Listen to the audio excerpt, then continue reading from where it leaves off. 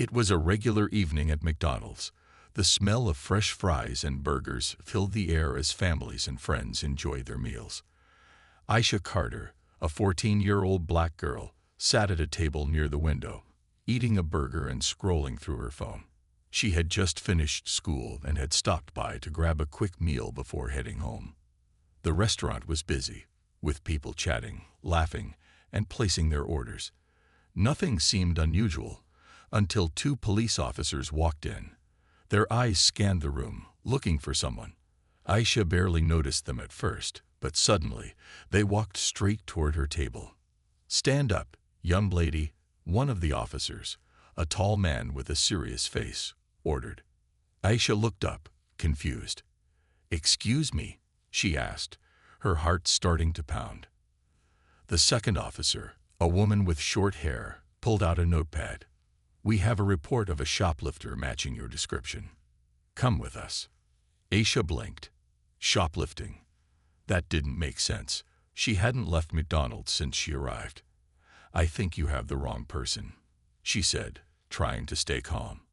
But the officers weren't listening. The male officer reached for his handcuffs. "Put your hands behind your back," he ordered. Aisha panicked. "Wait, I didn't do anything. Please check again," she pleaded, looking around for help. People inside McDonald's stopped eating and stared. Some whispered to each other. A few pulled out their phones to record the situation. A McDonald's employee, a woman named Ms. Lopez, stepped forward. "She's been here for a while, officers. I don't think she left the store." The officers ignored her. The female officer grabbed Aisha's arm, and the handcuffs clicked around her wrists. Aisha's eyes filled with tears. This wasn't fair. She had done nothing wrong. "Call my mom, please," she begged, but the officers pulled her toward the exit.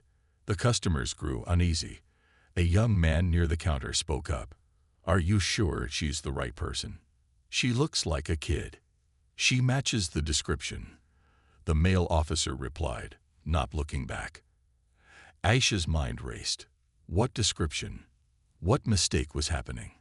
As she was led outside, she saw people filming, their cameras pointed at her. Aisha wasn't sure what was worse, the embarrassment of being arrested or the fear of what would happen next. The police car was parked right outside.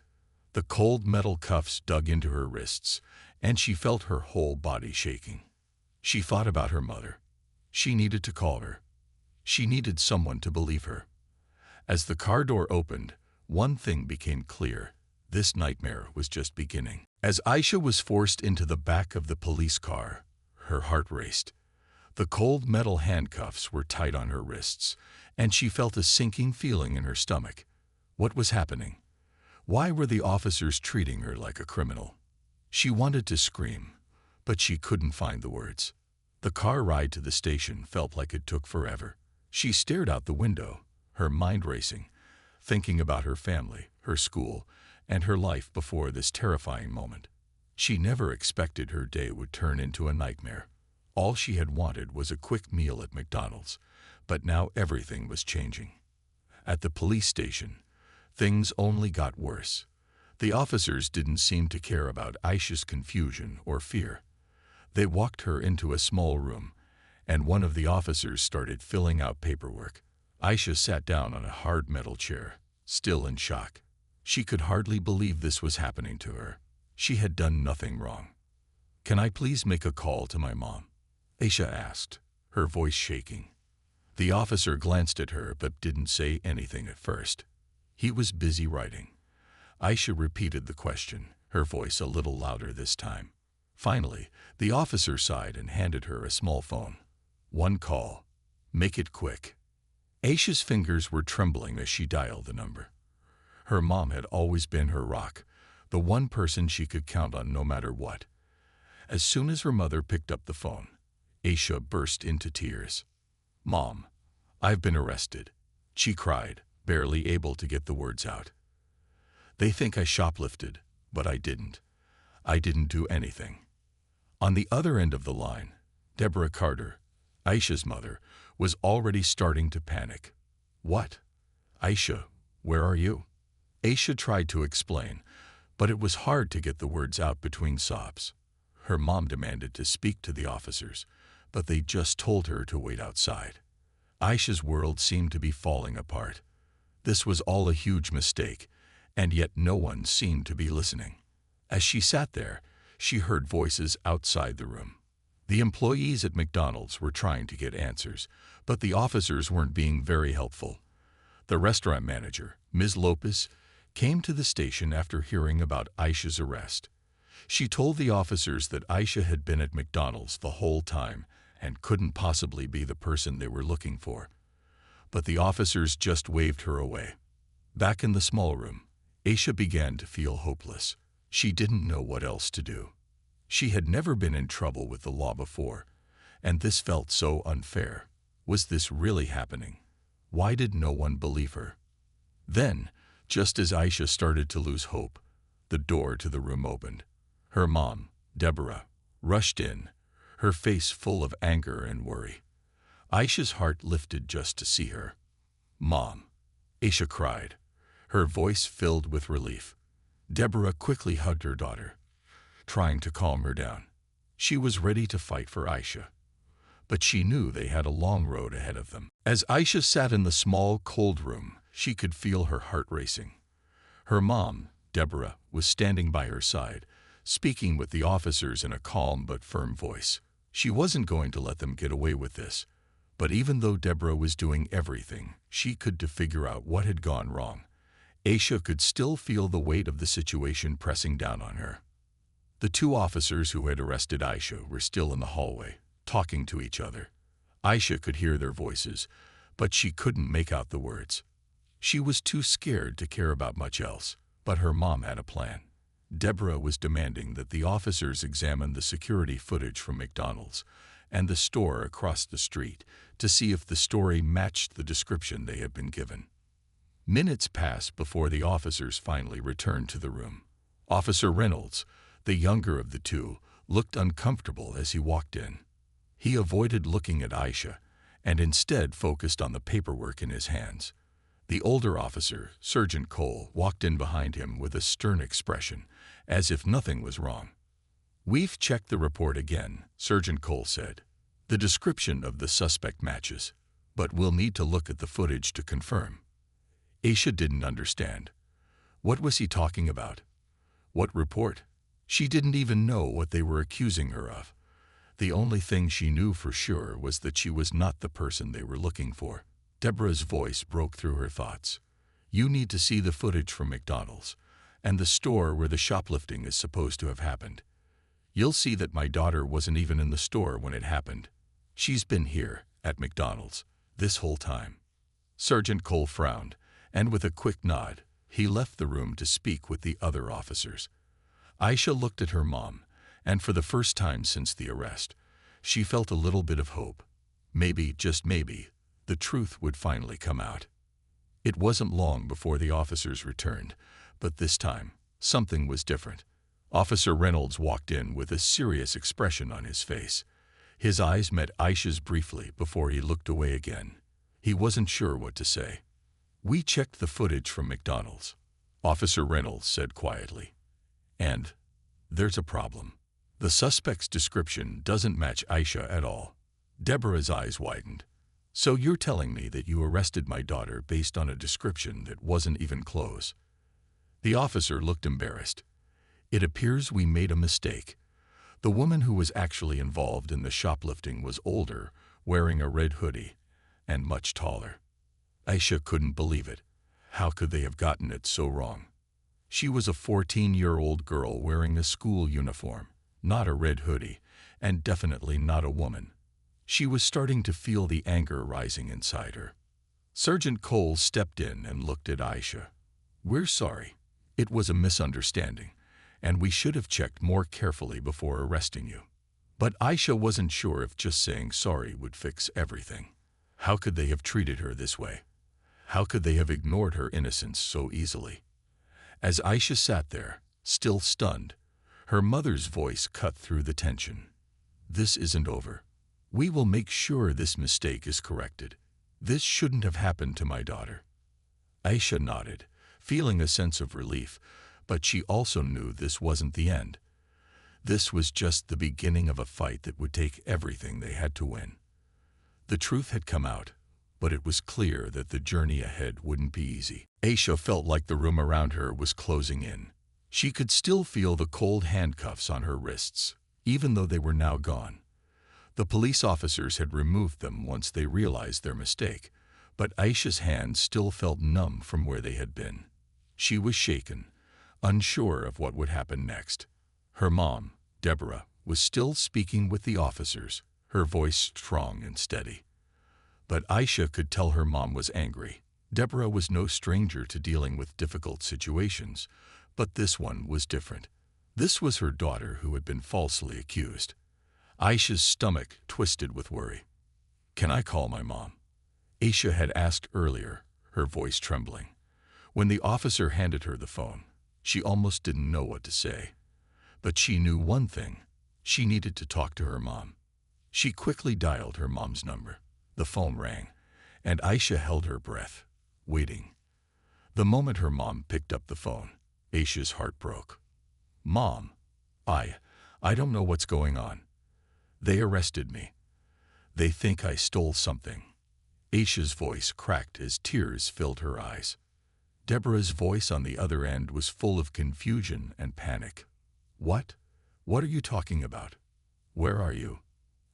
Aisha's heart felt like it was going to explode as she explained the situation, speaking quickly and between sobs. "I'm at the police station, Mom. They arrested me for shoplifting. But I didn't do anything." Deborah's voice became calmer as she tried to make sense of what was happening.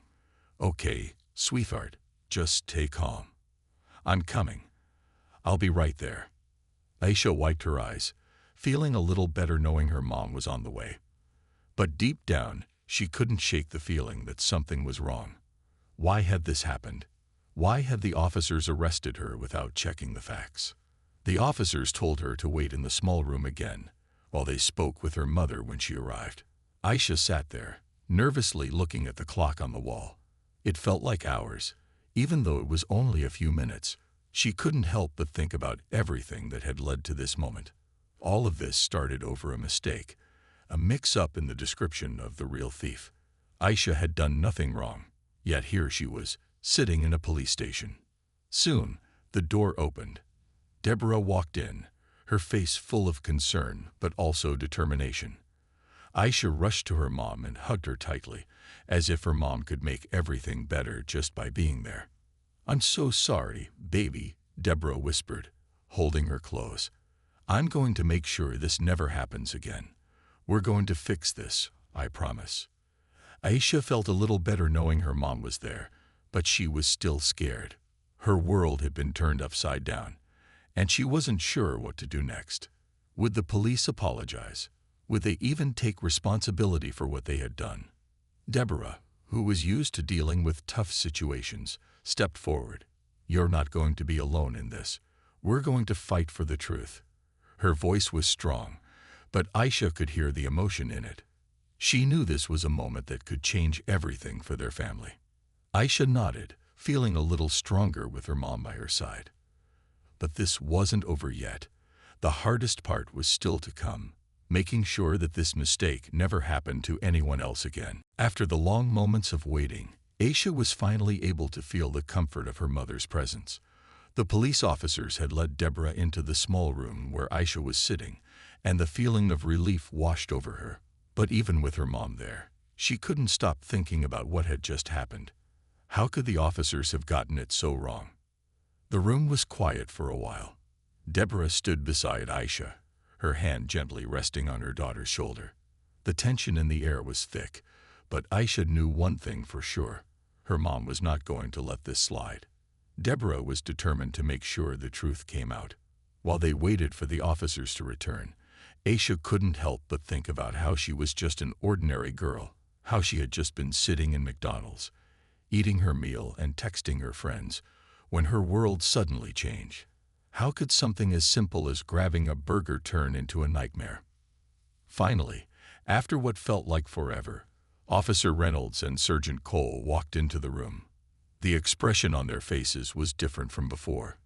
Gone was the stern confidence, replaced by an uncomfortable hesitation. Officer Reynolds, who had seemed sure of himself when they arrested Aisha, now looked like he was regretting everything that had happened. "We've checked the footage from McDonald's," Officer Reynolds said quietly. "And there's been a mix-up." Aisha's heart skipped a beat. Could it be true? Had they finally figured out their mistake? Sergeant Cole looked at the floor, clearly not wanting to meet anyone's eyes. "The person we were looking for doesn't look anything like you. We've made a mistake ****. Aisha let out a long breath of relief, but she also felt angry. How could they have made such an obvious mistake? She was just a teenager, sitting in a fast food restaurant, not doing anything wrong. Her mom was the first to speak. "So, you arrested my daughter based on a description that didn't even match her." Her voice was calm, but the anger in her eyes was clear. Officer Reynolds nodded, his face reddening. "Yes, the description we were given didn't match her at all. The woman we were looking for was much older, and she was wearing a red hoodie, not a school uniform." Deborah looked at Aisha, a sigh of relief escaping her lips. "I told you, sweetheart. I knew they made a mistake." But Aisha wasn't so sure. A mistake was one thing, but this was more than just a mistake. It was about the way they treated her, the way they had taken her away in handcuffs without even checking their facts first. It wasn't just an accident. It was a failure in the system. Sergeant Cole cleared his throat. "We understand this shouldn't have happened. We're sorry. It was an error on our part." But Aisha wasn't sure if just saying sorry was enough. It didn't undo the fear she had felt, the confusion, or the embarrassment. She had been treated like a criminal when she hadn't done anything wrong. Deborah didn't waste time. She looked directly at the officers. "This won't be the last you hear from us. We will make sure this mistake is addressed, and that something like this doesn't happen to anyone else again ****. Aisha, still in shock, nodded quietly. It was a relief to know her mom had a plan. This wasn't the end of the story. It was only the beginning of something bigger. Aisha would have to be brave, but she knew that with her mom by her side, they would fight for what was right. The next morning, Aisha could barely believe the news. What started as a mistake at McDonald's had now become a story everyone was talking about. People on social media had already shared the video of her being led out of the restaurant in handcuffs. The images of a young girl being arrested for something she didn't do were spreading fast. Aisha was still at the police station, but now she felt even more unsettled. It wasn't just about her anymore. This wasn't just her bad day. It had become a public story, and the world was watching. People were angry, and many felt the same way Aisha did. How could this happen? Why did the police treat her like this? Outside the station, a crowd of people had gathered. Some were reporters with cameras, and others were just ordinary citizens, all wanting answers. Aisha's story was no longer just about one wrong arrest. It had become a symbol for many people who felt they too had been wrongly treated. Her mother, Deborah, stepped outside with a calm but strong expression. The reporters rushed to her, asking questions, their cameras flashing. Deborah wasn't afraid to speak up. "This shouldn't have happened to any child," she said, her voice firm. "My daughter was treated unfairly. We will make sure this mistake is fixed, and we will make sure it doesn't happen again." As she spoke, Aisha stood in the background, feeling the weight of what her mom was doing. She felt like she was in the middle of something much bigger than herself, and for the first time, she realized how powerful her mom was in moments like this. Deborah wasn't just fighting for her daughter. She was fighting for everyone who had ever been treated unfairly. Aisha's heart was heavy, but she was also proud. Her mom wasn't backing down. Deborah was making sure that everyone knew this mistake was not okay. As the day went on, more news stories came out, and the story quickly spread beyond just the local news. National news stations picked up the story, and Aisha's case began to shine a light on racial profiling and the importance of checking the facts before making an arrest. People began to talk about how many times misunderstandings like this happened and how it was time for change. In the meantime, Aisha's phone was constantly buzzing with messages from friends and family. Everyone had heard the news. Many sent words of support, but Aisha also received messages from people she didn't know, strangers who understood what she had been through. Some offered kind words of encouragement, while others shared their own stories of times when they too had been treated unfairly. But not everyone was kind. Some people seemed to believe that the police had done the right thing. She must have done something wrong. One person commented, "Maybe she's just making it all up." Aisha tried not to read these messages, but it was hard to ignore them. Deborah noticed Aisha looking at her phone and gently placed a hand on her daughter's shoulder. "Don't worry about them. There will always be people who don't understand, but you know the truth, and that's all that matters." Aisha nodded. She knew her mom was right. She had to focus on what mattered, her story, her truth, and the people who supported her. As the day went on, more and more people came to the station. The crowd outside was growing, and Aisha began to realize that her fight was becoming something much bigger than just one arrest. It was about making sure that everyone was treated fairly, no matter what. The fight for justice was just beginning. To be continued. Aisha woke up the next morning to an avalanche of phone calls, messages, and news reports. The story of her wrongful arrest had spread far and wide, and everyone seemed to have an opinion on it. Some people were supporting her, while others, unfortunately, still blamed her for what happened. But Aisha wasn't focusing on the negative. Her mom, Deborah, had made it clear from the beginning. This was not just about one mistake. This was about fighting for justice, not just for Aisha, but for everyone who had ever been treated unfairly. Aisha knew that her mom was right. What had happened to her shouldn't happen to anyone else. Deborah had already started the process of filing an official complaint with the police department. She wasn't going to stop until she knew that the mistake would be acknowledged and fixed. "We have to make sure that people listen," Deborah said, sitting down at the kitchen table with Aisha. "We need to let the world know that no one should be treated this way, no matter who they are or where they're from." Aisha nodded, still feeling overwhelmed, but also inspired. Her mom's strength made her feel braver. They weren't going to let this go. The first step was for Deborah to meet with the police chief. Aisha went along for support. When they arrived, they were led into a conference room where several officers were already waiting. The room was quiet, and Aisha could feel the tension in the air. Deborah started speaking, her voice clear and determined. "I'm here because I want an apology for my daughter and for everyone who has ever been treated this way. This mistake has caused my daughter stress, fear, and embarrassment, and we need to ensure that the police department takes this seriously." Aisha sat quietly beside her mother, watching as Deborah spoke. She had seen her mom fight for justice before, but this time it felt personal. This was her story, and her mom was making sure it was heard. The police chief listened carefully, his face serious. "We've looked at the situation. We see that a mistake was made, and we're truly sorry for what happened to your daughter." The apology didn't make Aisha feel better. It was a start, but it wasn't enough. She wanted to make sure that the department would change, so something like this would never happen to anyone again. "Sorry isn't enough," Deborah said firmly. "We need real change.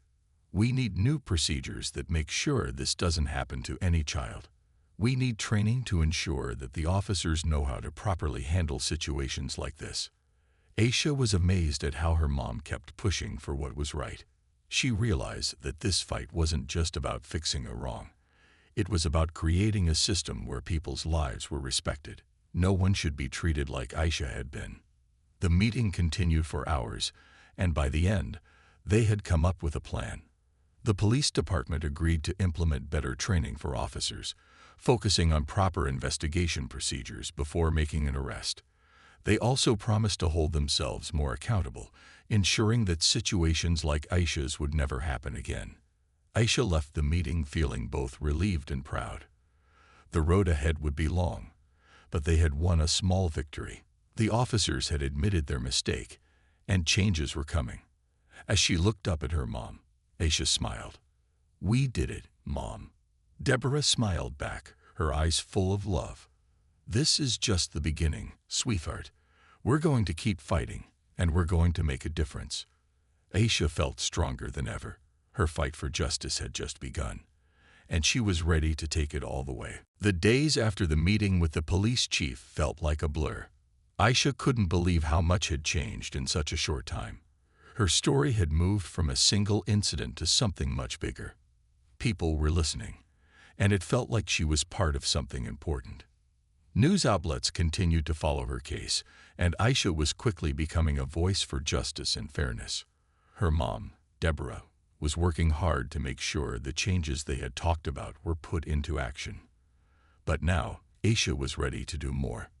She wanted to speak out, to share her story, and make sure no one else would ever go through what she had.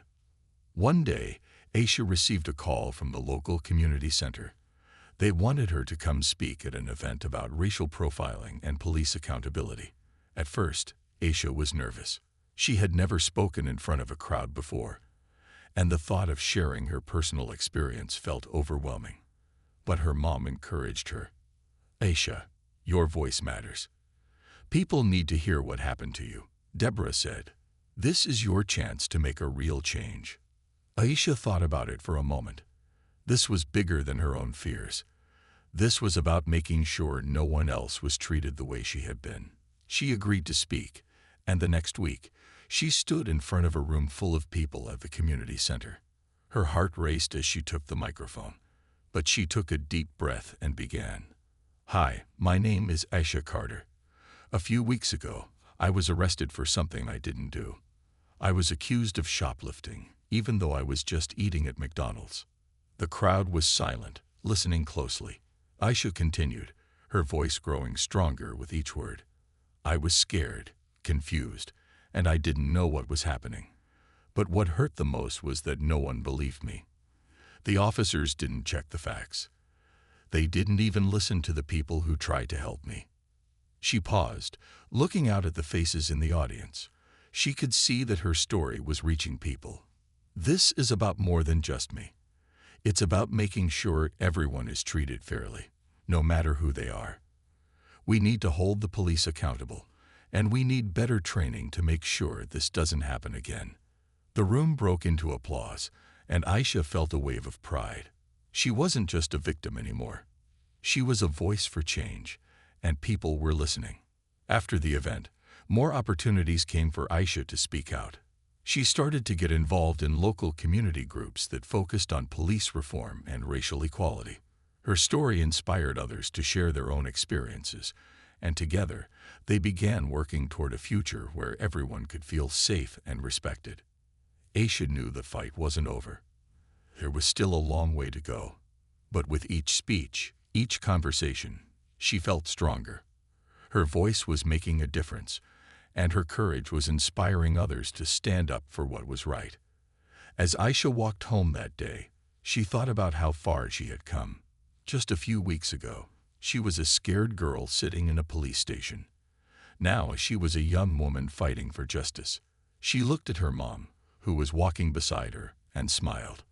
"We've come a long way, Mom." Deborah smiled back, proud of her daughter. "Yes, we have. But this is just the beginning. There's more work to do." Aisha nodded. The fight for justice had become her mission, and she was ready for whatever came next. Aisha woke up to a brand new morning, but this time, it felt different. The past few weeks had been a whirlwind of emotions: fear, anger, relief, and hope. But today, she woke up feeling stronger. Today was a day of change. The police department had made its promise to change. They had officially apologized and started to implement new training programs for officers. But Aisha wasn't done yet. She knew that while some changes had been made, there was still much more to do. She wanted to keep pushing for fairness, for a future where people were never treated like she was. Deborah, her mom, had been her biggest supporter throughout this whole ordeal. But now, Aisha was starting to feel like she was standing on her own. She was ready to take the next step. She was ready to lead the change. One morning, Aisha received an email from a local youth group. They were asking her to become involved in their efforts to help young people feel heard and empowered. They wanted her to speak at a youth rally on behalf of children and teens who had experienced injustice in their communities. At first, Aisha was a little nervous. Public speaking had been scary before, but now she realized how much more important it was. Her story had touched so many people, and if she could keep sharing it, maybe she could help even more. With her mom's encouragement, Aisha accepted the invitation to speak at the rally. The day of the event, she stood in front of a crowd of young faces, all eager to listen.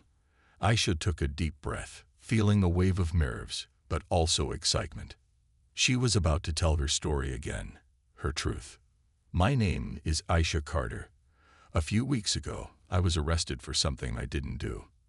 And while it was a terrible experience, I'm here today to tell you that it didn't break me. It gave me strength. She paused and looked out at the crowd.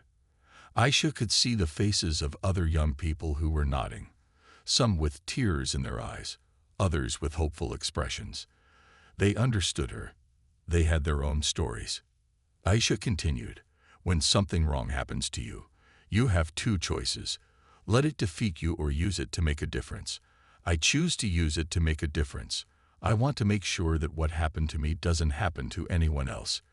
We have the power to speak up, to stand tall, and to fight for justice." The crowd erupted in applause. Aisha felt a sense of pride that she had never felt before.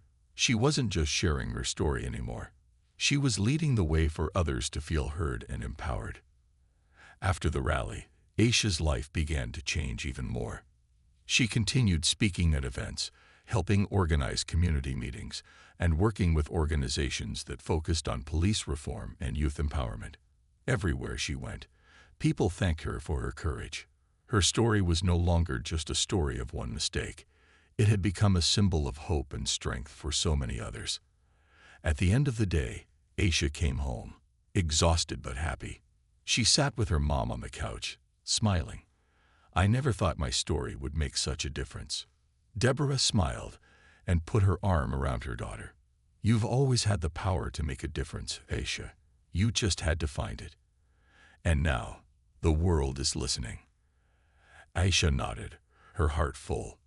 This was just the beginning. She had learned that even in the face of something unfair, you could rise above it and turn it into something good. Her journey wasn't over yet, and she was ready to keep fighting for the future she believed in. The end.